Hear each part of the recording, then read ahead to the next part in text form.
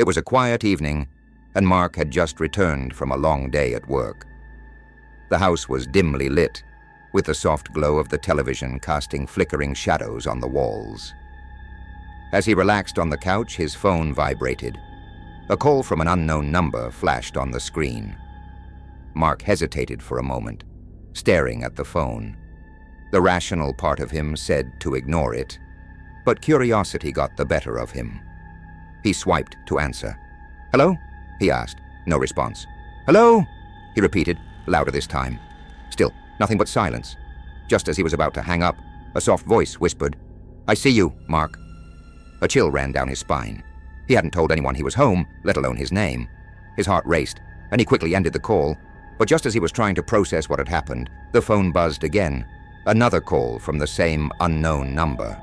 He answered cautiously. "Who is this?" "Open the door," the voice demanded, its tone now more forceful.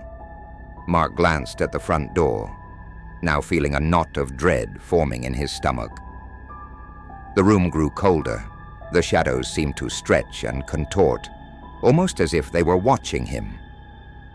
He stood, slowly backing away from the door, but before he could react, there was a loud knock.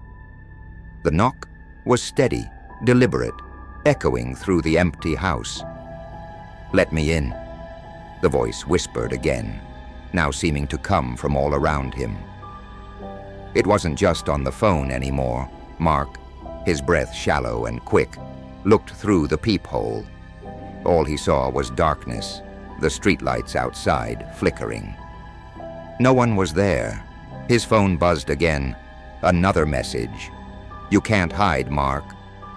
Suddenly he heard footsteps, slow, dragging footsteps, from upstairs. His mind raced. He had been alone when he came home, or so he thought. The footsteps grew louder, closer. He ran to the kitchen, grabbing the largest knife he could find. His hands shook as he backed against the wall, eyes fixed on the staircase. "Mark!" the voice called again, this time from the hallway. "I'm already inside." A shadowy figure appeared at the top of the stairs, barely visible in the dim light. It was tall, with long spindly arms and a face obscured by darkness. The figure took a step down, and the house seemed to shudder. Mark's grip tightened on the knife as the figure descended the stairs, one step at a time. He tried to move, to scream, but his body wouldn't obey. The air was thick, heavy with dread. The figure was now at the bottom of the stairs, standing just a few feet away. The last thing Mark saw before the lights went out was the figure's hand reaching towards him.